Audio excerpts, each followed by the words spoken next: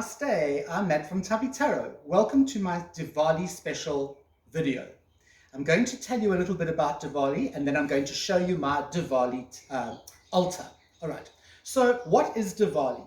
Diwali is the Hindu festival of lights, and it is probably the most well-known and most popular Hindu celebration of the year. All right. It represents the victory of light over darkness. It represents the victory of good over evil, and it represents the victory of knowledge over ignorance. So it's very much a bright, colorful, wonderfully warm celebration. All right. It is usually associated with the goddess Lakshmi. She is the goddess of prosperity, and I will show you my deities in just a minute when I go through the altar. It is also associated with the elephant head god Ganesha, and I'm sure you remember he is the son of Parvati and Shiva. The reason that it is also to do with Ganesha is because he is the deity of ethical beginnings, and of course he's also the deity of he's also the remover of obstacles. All right, so anywhere in your life that there are obstacles, you can pray to Ganesha to remove the obstacles in your life. Now, how is it celebrated? How is this fantastic time of the year for Hindus celebrated? Well, one of the main ways of celebrating is through fireworks. So everyone goes and buys fireworks and sets off fireworks. And also what they do is they draw these beautiful designs called rangoli. Okay, the rangoli is a kind of mandala, and it's usually made, in the old days the woman of the house used to make it out of sand, different colors of sand because they're bright. Nowadays people either paint it on or they use chalk to draw these intricate designs, and it's usually done at the front door or just inside the house. It's a symbol that will allow sort of new energy to come into the house. Now, the other thing that you will notice with Diwali is everyone will light a clay lamp, and the clay lamp is called a diya. So the diyas are lit, and there are loads of different types.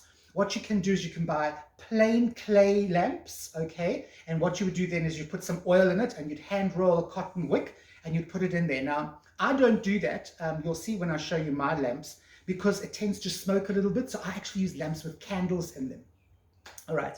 Food is a major part of Diwali, and you will see that we dedicate sweetmeats to the gods. But people also eat sweetmeats. It's the one time of the year that Hindus actually imbibe or enjoy lots of sweetmeats. Sweetmeats are not really eaten during the year by Hindus. It's only on this particular celebration that they go overboard, and they have curries and they have biryanis and there's samosas and veda and all kinds of lovely food. And of course then they end with the sweetmeats.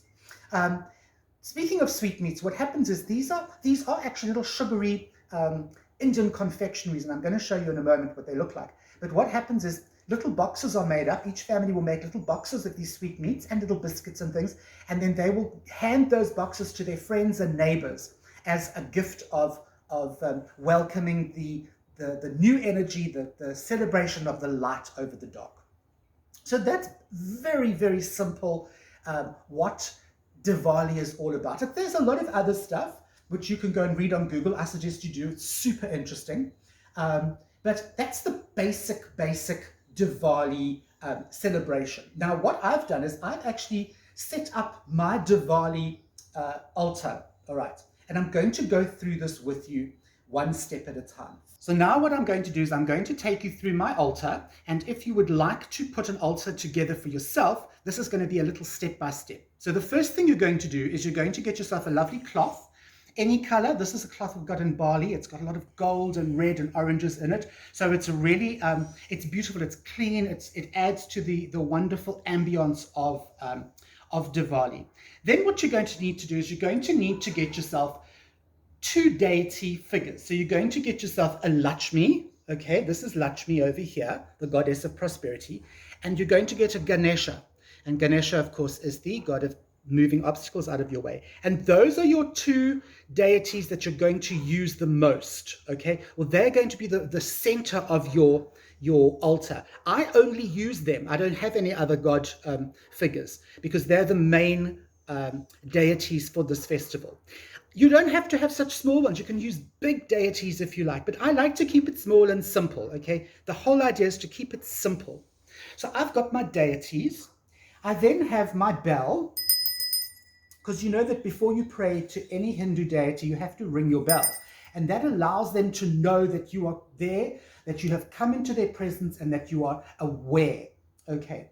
I then have my incense. Now, you have to use incense. It cleanses the air, it cleanses the atmosphere, and it cleanses the air around the energies around your altar. So there's my incense. Preferably sandalwood incense. It's the one that is the most popular, especially with these two deities. If you don't have sandalwood, don't stress. You can just use any incense, okay? But sandalwood's preferred. And then, of course, you have your diyas, which are your small clay lamps. Okay, some of mine are actually going out.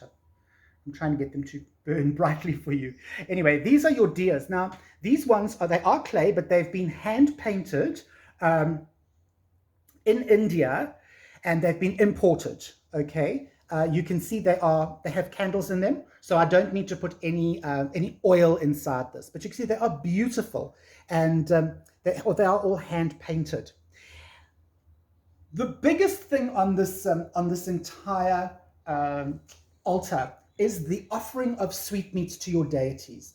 Now I'm going to go through this plate of sweetmeats with you just so that you can see what I'm offering. Please understand, this is not something you don't have to go and get these sweetmeats. You can offer anything sweet, biscuits, small cakes, but the Hindus will offer these different sweetmeats. Now I'm going to start on this side over here, and this funny little rolled up thing is called a gulab jam, okay? It's very sweet. All of these are obviously very, very sweet. So you've got the gulab jam. Then these biscuits here are called nunkatai, okay? And they are a sort of, they're like an almond paste biscuit. Then, of course, next to the nunkatai, you have burfi. Now, burfi is a very, very sweet condensed milk and ghee or butter confectionery, and those colorful things there, they're not maraschino cherries, they're actually colored pieces of almond that are sprinkled on top. Behind that, you have obviously the most delightful, those are your coconut ice.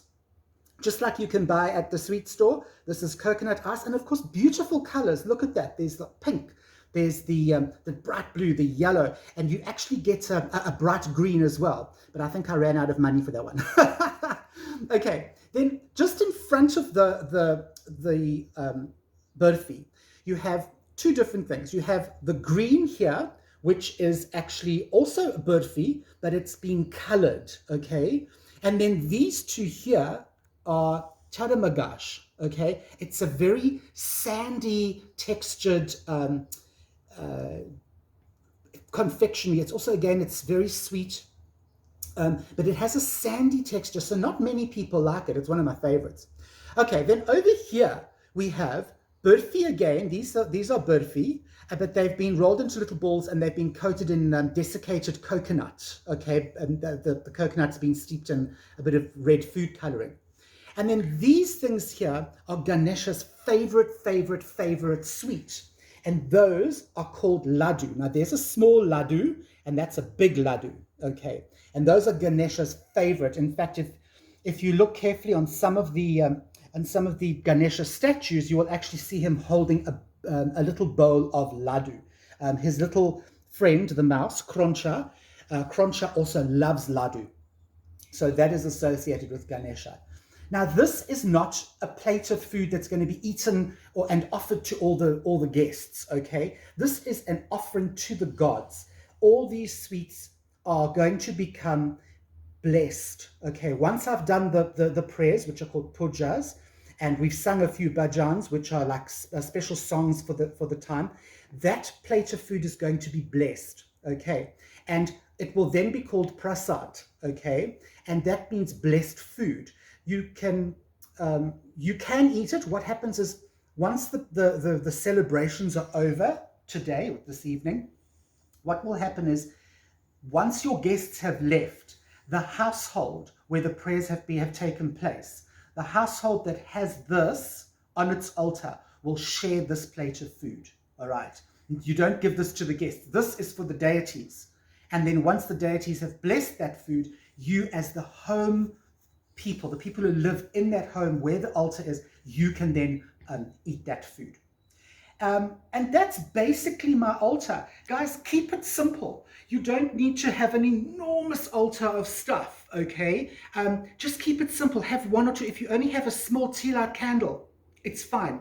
Just like any religion and any prayer and any religious practice, it's about intention. Okay, you can put flowers on your altar. You can have a little picture of your deities. If you don't have actual iconic little things like this, little statues, you can put a picture of Lakshmi and Ganesha. It's not about how fancy and expensive things are. It's your intention.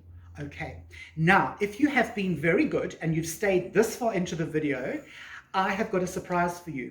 If you continue watching, I'm going to put a small video clip that I'm going to attach to this video of what we saw last year at Diwali from our backyard, okay, our top garden. And it's going to show you how Diwali is celebrated in my area. It's going to show you how incredible the fireworks look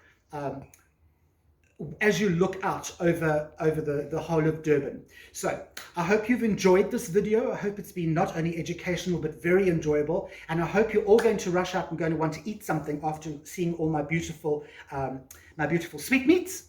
I'm Matt from Tubby Tarot, as you well know, and I will see you next Diwali, I hope. Namaste.